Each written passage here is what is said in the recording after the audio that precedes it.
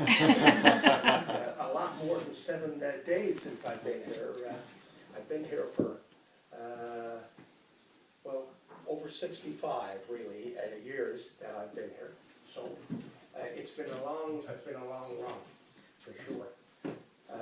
I'll give you a little bit of background of why my family has been here for more than 150 years. Is that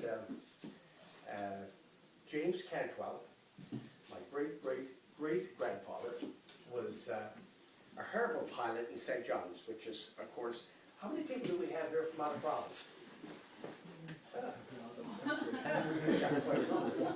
Anyway, he was a harbour pilot, which is just over here, the entrance to St. John's.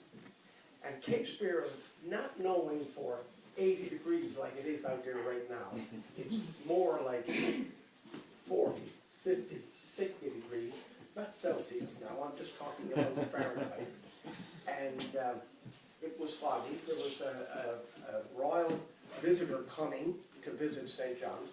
He was the Prince of the Netherlands, and he was out here floating around, lost in a bank of fog, just out off the Cape. My great-grandfather was a harbour pilot, as I said, and what they would do at that time, there was a number of harbour pilots, and they all had whaling boats with 6 rowers in each boat, plus the pilot. And what they would do was go out and row around until they found the craft that needed to find the harbour. If anybody has ever sailed past Cape Spear and looking for St. John's, it's very difficult to find. Even if you know it's there, you can go by it because it's only a little slit in the rock, basically, to get into St. John's Harbour.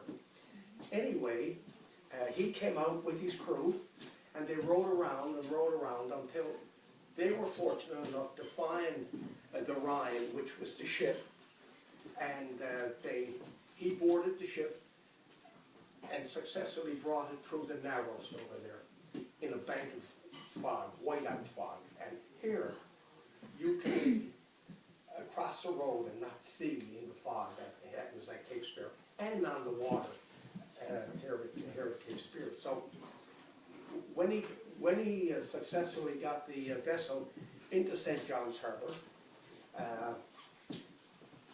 the person could give you a gift for it at that time. Now that was before we joined Canada, and no insult to anybody who's from the mainland of Canada, but we weren't part of Canada at the time. We were Newfoundland under the British Empire, basically. So what they would, he could grant a wish, anything that the person who had done him a favor could do. They were working on Cape Spear, or Cape Spear was open and working at that time, and he said that he'd like to have a light-keeping job at Cape Spear if and when it became available. So that was in 1845, and in 1846 that actually happened.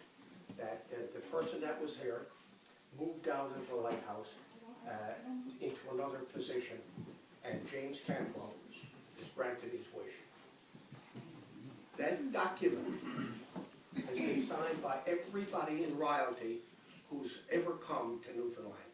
The last ones to do it was, I think it may have been Anne, I'm not sure, but I know that Charles and Diana signed it in 1983 when they were here to officially open the Cape Spear as a National Historical Site and the lighthouse itself as being a historical building.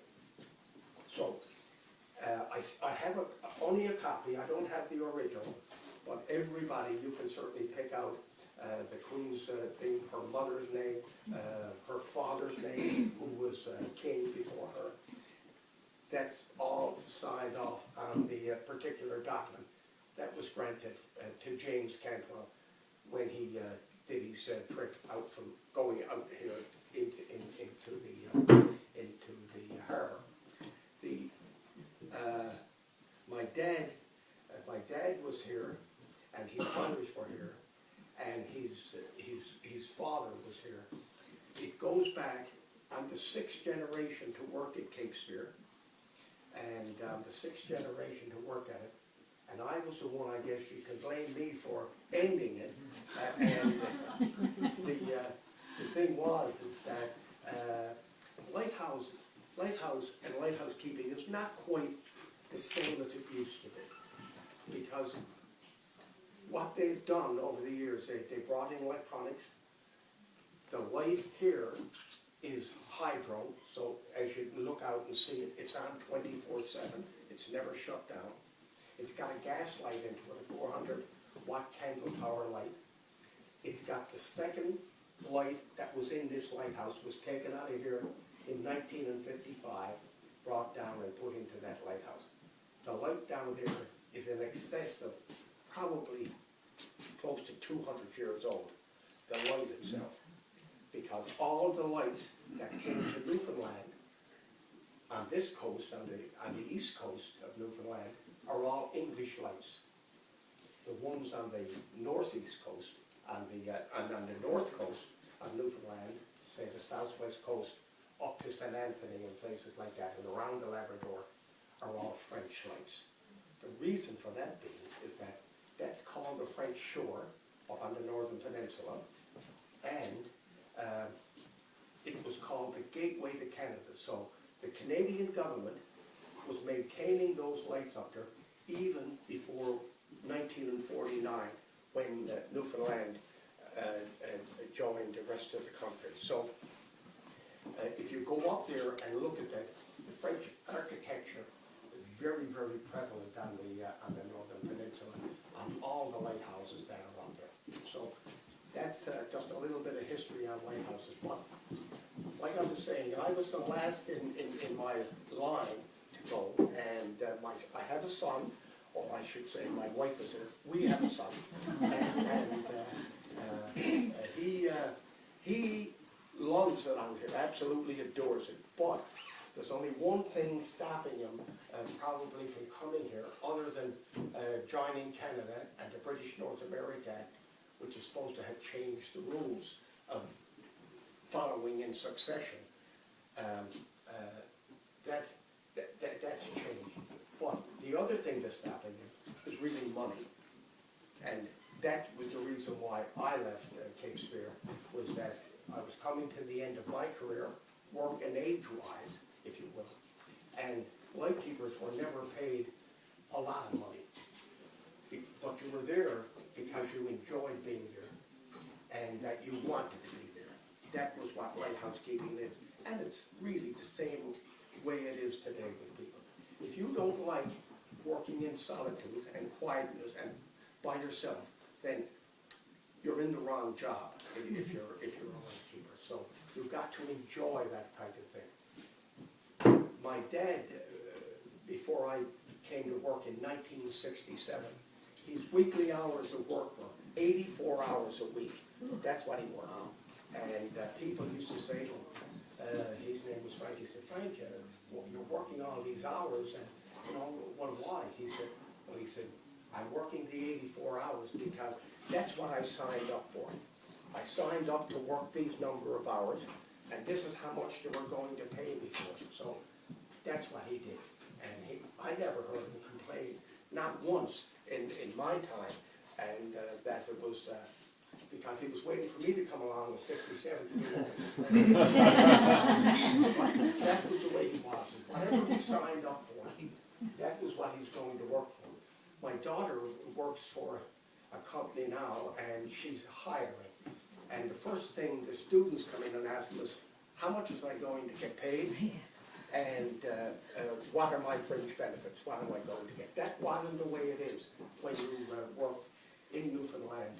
If you got a job, you were very happy to have the job, and that was the way life was, and that was understandable. It was certainly suited him just fine. He spent 37 years here, and when he came here in 1931, and he stayed until, well, not really until his death in 1971. He was here, he never left, but he retired in 1969 with 37 years.